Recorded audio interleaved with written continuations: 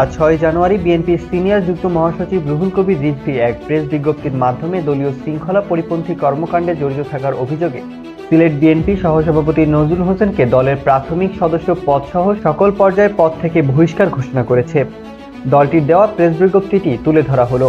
দলীয় শৃঙ্খলা পরিপন্থী কর্মকাণ্ডে জড়িত থাকার সুনির্দিষ্ট অভিযোগের ভিত্তিতে সিলেট জেলাধীন বা বিয়ানীবাজার উপজেলা বিএনপির সহসভাপতি নজরুল হোসেনকে দলের প্রাথমিক সদস্য পদসহ সকল পর্যায়ের পদ থেকে বহিষ্কার করা হয়েছে।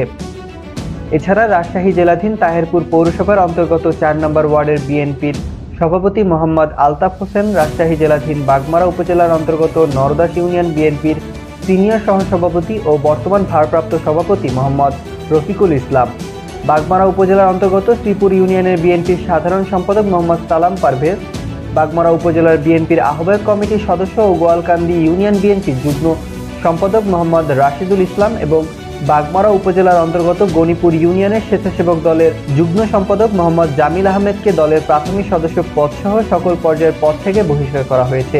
দলীয় শৃঙ্খলা পরিপন্থী কর্মকাণ্ডে জড়িত থাকার সুনির্দিষ্ট অভিযোগের ভিত্তিতে ইতিপূর্বে গাজীপুর জেলাধীন শ্রীপুর উপজেলা বিএনপির সাবেক প্রচার সম্পাদক মোহাম্মদ শাহজাহান মোড়লকে দলের প্রাথমিক সদস্য পদসহ সকল পর্যায়ের পদ থেকে বহিষ্কার করা হয়েছিল। তবে আবেদনের প্রেক্ষিতে তার বহিষ্কারাদেশ প্রত্যাহার করা হয়।